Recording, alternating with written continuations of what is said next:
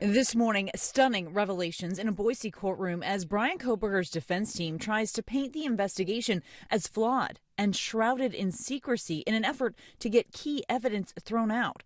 This is a situation where this identification was done in complete secret behind closed doors. The former PhD student accused of stabbing 4 University of Idaho students to death in an off-campus home, while his lead defense attorney, Ann Taylor, reveals details of a surviving roommate's interview with authorities in the aftermath of the gruesome quadruple homicide. There are 2 references to not remembering.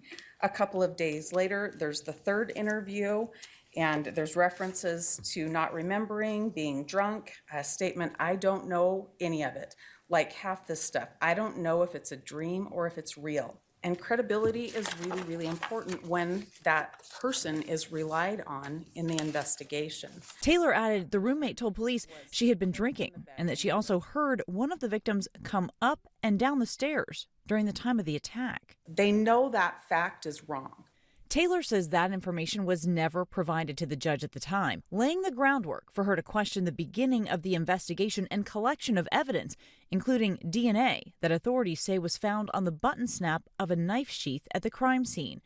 Authorities using investigative genetic genealogy to link Kohberger to the crime, a tactic Taylor has long argued is flawed. Investigative genetic genealogy, or IgG, is the process by which law enforcement will take a sample of DNA and initially probably run it through what's called CODIS, a federal criminal database. But if there's no hit there, then law enforcement can take that DNA to a genetic genealogy database and see if they can take information from that database to see if that sample is related to someone. Kohberger's DNA was later matched to trash pulled from the Pennsylvania neighborhood where he was with his parents when arrested. Kohberger's lawyers, who say he is innocent, accuse the FBI of not having a warrant to work with the trash collection company. I think it is different when you have the FBI telling the trash man what to do.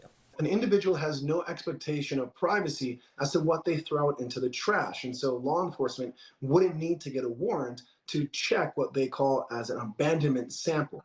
The prosecution countering, saying no rights were violated and that they relayed the evidence based on what they knew at the time.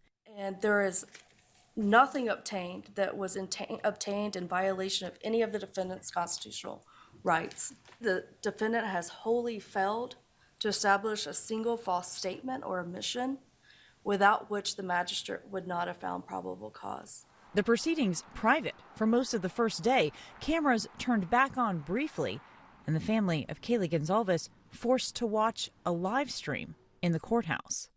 Hearings will continue today. The Gonzalez family is hoping they will be allowed into the courtroom today, and keep in mind that trial is still slated to start in August. Kana Whitworth, ABC News, Los Angeles.